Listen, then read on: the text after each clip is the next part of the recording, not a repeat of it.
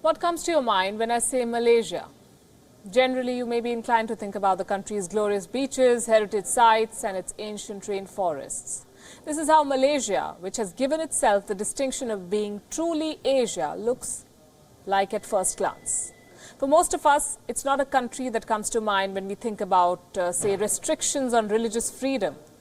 But this nation of many faiths, Malaysia, may be losing its veneer of moderation. It now appears complicit in backing hardline Islamic structures that are targeting its minorities. I'm talking about the growing persecution of Shia Muslims in Malaysia. They're being described as deviants. They follow different rituals, they believe in different doctrines, and they are outnumbered.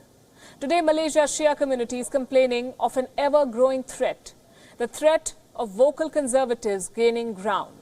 In the last 2 months, dozens of Shia Muslims have been rounded up in several raids across the country. This has fueled fears of a religious crackdown on them. Just 2 months back, religious enforcement agencies raided a series of Shia gatherings. These were events commemorating Muharram, a month when violence is prohibited. Some of these worshippers were detained and now face charges in Islamic courts. And they do not even know why. They say such discrimination has forced them to hide their beliefs.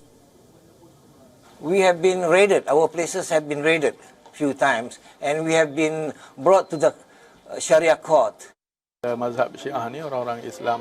Muslims are hiding their beliefs and also their practices. They are not showing it anymore. The government's defense is this: Shia beliefs are a bad influence on the country's Sunni minority. This is what Malaysia's Islamic Religious Council said on the record. They're a bad influence. They say that Shia practices are causing discomfort to the Sunnis. By the way, this is not new in Malaysia. Such discrimination got legitimacy way back in 1996. That was when a fatwa was issued branding Shia Islam as deviant. Shia Muslims were prohibited from sharing their beliefs. Their literature was banned. 10 of the then 14 states in Malaysia agreed to implement this fatwa. 23 years later, now, the Malaysian government is taking this forward, defining the right kind of Islam. Case in point is the country's minister in charge for Islamic affairs, Yusuf Rawa. He has laid out rules for Islamic preachers to make sure that their belief systems are in line with the Malaysian context.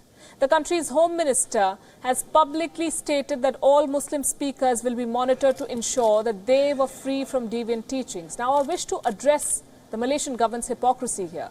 Because if you are going to cry about blasphemy, then why give refuge to a radical Indian preacher on the run? I'm talking about Zakir Naik. The world is well aware of President Mahathir Mohamad's infatuation with this controversial preacher, Zakir Naik, a man wanted by India's counter-terrorism agencies for promoting religious hatred. But for 3 years now, Zakir Naik has been on a state-sponsored refuge in Malaysia. Now, you may be interested in knowing what his views about Shia Muslims were. Listen to this. Word Shia doesn't exist in the Quran. Anyone who makes sects in the religion of Islam, you have nothing to do with him. Allah will look after his affairs on the day of judgment. So making sects in the religion of Islam is prohibited.